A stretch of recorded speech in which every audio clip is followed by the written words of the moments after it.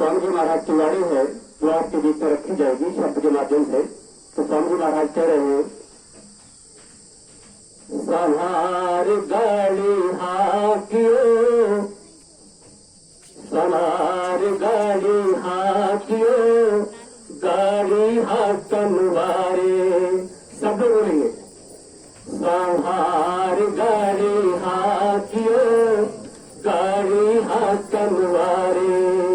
और गाड़ी हाकन वारे, हाँ गाड़ी हाकन वारे, संहार गाड़ी राखियो, संहार गाड़ी राखियो, गाड़ी हाकन वारे, संहार गाड़ी हाकियो, गाड़ी हाकन वारे। और जा गाड़ी में 10 दरवाजे, और जा गाड़ी में 10 दरवाजे, सुन लो गाड़ी वारे। जा गाड़ी में 10 दरवाजे, सुन लो गाड़ी वारे। ना दरवाजे खुले रहते हैं, 10 में लागे तारे, संहार गाड़ी हाकियो, गाड़ी हाकन वारे, संहार गाड़ी हाकियो, गाड़ी हाकन वारे। और गाड़ी हाकन वारे, हाँ गाड़ी हाकन वारे, संहार गाड़ी हाकियो, गाड़ी हाकन वारे। ये स्वामी जी महाराज की वाणी है जो आपके बीच में रखी जा रही है। तो स्वामी जी महाराज कहे, संहार गाड़ी राखियो, गाड़ी हाकन वारे। स्वामी जी महाराज का कथन है, स्वामी जी महाराज समझा रहे कि जो है अगर गाड़ी हम लेके कहीं जा रहे हैं और गाड़ी का ड्राइवर गाड़ी को सही ढंग से अगर नहीं चलाएगा तो फिर क्या हो जाएगा, कहीं ना कहीं एक्सीडेंट हो जाएगा ना, घटना घट जाएगी। उसमें कोई मर भी सकता है, चोट भी लग सकती है, नुकसान हो सकता है, गाड़ी भी टूट सकती है और हमें भी चोट लग सकती है या फिर मृत्यु भी हो सकती है। तो स्वामी जी महाराज कह रहे कि संहार गाड़ी हाकियो। अगर हमने दारू पी ली, दारू पी करके गाड़ी अगर चला रहे हैं तो फिर क्या होगा, कोई ना कोई घटना घट जाएगी। कहते जो है जहां सुरक्षा हटी और घटना घटी, कि जरा सा भी हमने अपने आप में सुरक्षा में कमी कर दी, पलक भी झुक गया तो गाड़ी कहीं ना कहीं पेड़ में, खंभे में, किसी आदमी में जाकर के टकरा जाएगी, पलट जाएगी। महापुरुष कह रहे हैं ऐसे हम और आप है कि हमारे आप का जो शरीर है चोरा है, ये हमें जो है परमात्मा ने, कोई भाई आप मिल के नहीं बैठेगा। तो पूर्व भैया जी महाराज ने कल मीटिंग में समझाया इस बात को, संगत पे पूरा ध्यान रखेंगे। संगत की नजर स्वामी जी महाराज की तरफ होनी चाहिए। पूर्व भैया जी महाराज का जो फोटो लगा है, फोटो लगी है स्वामी जी महाराज की, वहां पर हमारी नजर होना चाहिए, क्योंकि आंख निचली तो फिर हम सो जाएंगे, आगे पूरी कथा रह जाएगी। जैसे माता पार्वती ने अमर कथा सुनी और आधी सुनी आधी नहीं सुनी, सब काम खराब कर दिया।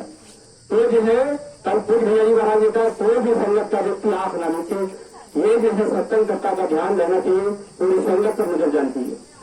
तो आप उस कह रहे हैं कि जो हम और आप क्या है, तो दुनिया में आए और एक गाड़ी की तरह है, हम इस संसार में आए थे, परमात्मा ने भेजा था परमात्मा की भक्ति करने के लिए, हरि भजन करने के लिए।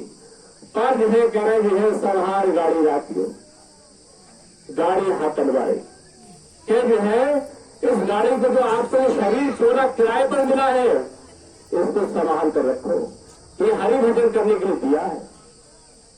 इस शरीर के अलावा देवी देवता भी हरि भजन नहीं कर सकते, जीव जंतु भी हरि भजन नहीं कर सकते। रामायण में इसका जिक्र आया, गोस्वामी तुलसी जी ने कहा, बड़े भाग्य मानुष तन पावा, सुर दुर्लभ सदा ग्रंथन गावा, साधन धाम माथे कर द्वारा, पाए न दे पर लोके सहारा। गोस्वामी तुलसीदास जी ने इस बात को समझाया कि हम और आप जिस शरीर में जिस चोले में बैठे, इसे हल्के में डालो। ये शरीर हमें जो है परमात्मा ने 84 लाख योनियां भुगतने के बाद बड़ी दया में से शरीर को हमें दिया है। जिस शरीर को हम विषय विकारों में वो विलासों में, चोरी डकैती में, ठगी और बेईमानी में गंवा रहे हैं। महापुरुष करे समार गाड़ी जाती हो, गाड़ी हाथ तलवारे है।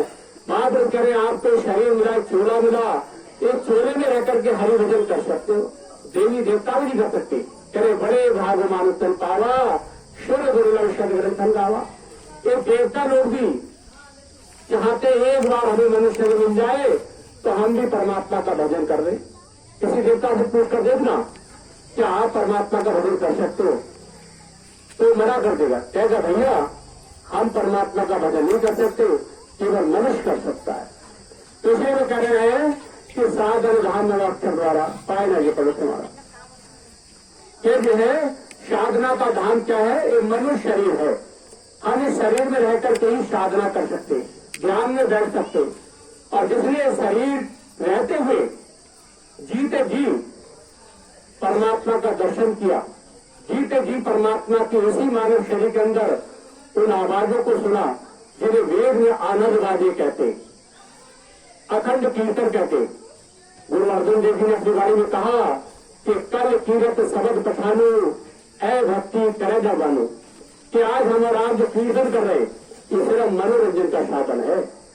महापुरुष कह रहे आप इन कीर्तनों को सुनने नहीं आए, आप तो अंदर का कीर्तन सुनने आए, परमात्मा की आवाज रूपी कीर्तन को सुनने आए। वो हमारे और आपके पावन पवित्र मंदिर के अंदर परमात्मा की वो आवाज, वो कीर्तन 24 घंटे होता रहता है। हमें उस आवाज को जीते जी सुनना है। इसलिए महापुरुष कह रहे हैं आगे आ जाए, थोड़ा आगे आ जाओ, दाहिने थोड़ा आगे आ जाए। महापुरुष कह रहे हैं कि हमें उस आवाज को सुनना है। इसलिए महापुरुष कह रहे हैं कि भाई कि हम और आप जो है ये दुनियादारी कीर्तन सुनने के लिए नहीं, अंदर की आवाज सुनने के लिए आए। जब हम वो जीते ही उस आवाज को सुनने वाले बन जाएंगे तब हम समझ लें कि हम जो इस मनुष्य शरीर का लाभ उठा रहे हैं। इसलिए वो कह रहे हैं बेटा बिजना मत करें कि सवार गाड़ी हाथ की गाड़ी हाथ तलवारे। हम क्या कर रहे हैं कि हम इस शरीर को कहाँ ले जा रहे हैं, शराब की भट्टी पर ले जा रहे हैं। कोई भाई बुरा मत मानना, अगर कोई पीता भाई बुरा मत मानना, क्योंकि वेद शास्त्र गीता रामायण की बात चल रही है, गुरबाणी की बात चल रही है, परमात्मा की चर्चा की, परमात्मा की भक्ति की बात चल रही है। तो यहाँ तो सच्चाई बोलना पड़ेगा, क्योंकि यहाँ पर कोई ढोला और तमाशा नहीं है, ये तो परमात्मा की चर्चा, यहाँ तो सत्य वचन भी होते हैं। तो महापुरुष कह रहे हैं कि हम इस शरीर के चोले को कहाँ ले गए, शराब की भट्टी पर। वो कह रहे समार गाड़ी जाती हो, गाड़ी हाथन वाले। ये गाड़ी, शरीर, ये चोला हमें हरि भजन करने के लिए मिला था, और हम कहाँ ले गए, शराब की भट्टी पर, मांस की दुकानों पर ले गए। और हम इस मंदिर को कहते हैं कहीं कोई आदमी मर जाता है, शरीर छोड़ देता है, और हम उसकी गतमुक्ति करवाने जाते हैं, और वहां से लौट के आकर के बहुत छींटे मारते, हाथ पैर धुलाई करते, पूरा स्नान करते, कपड़े धुलाई करते, तब जाकर के हम घर में प्रवेश करते, कहते आप पवित्र हो गए। पर महापुरुष कह तुम तो जो है वो मरा हुआ मांस लेकर के आए और बना करके तुमने खा लिया, और परमात्मा के बनाए हुए मंदिर को तुमने अपवित्र कर दिया। परमात्मा कैसे मिलेगा? तुम जो कह रहे हो पूर्णागिरी जाना है, हरिद्वार जाना है, काशी जाना है, भगवान के दर्शन करने के लिए वृंदावन जाना है। विचार कर सकते क्या हमें भगवान वहां मिलेंगे? भगवान तो हमारे और आपके शरीर के अंदर है। ईसा मसीह ने बाइबल में कहा, मैं body the temple of God, कि मनुष्य का शरीर ही हरि मंदिर है।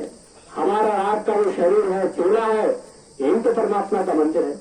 परमात्मा ने अपने हाथों से बनाया।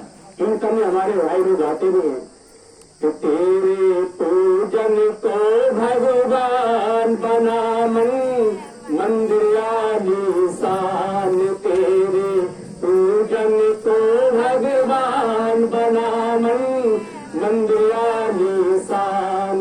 कितनी सुंदर बात कही। हमें भजनों के माध्यम से संत लोग सब समझाने का प्रयास कर रहे हैं, पर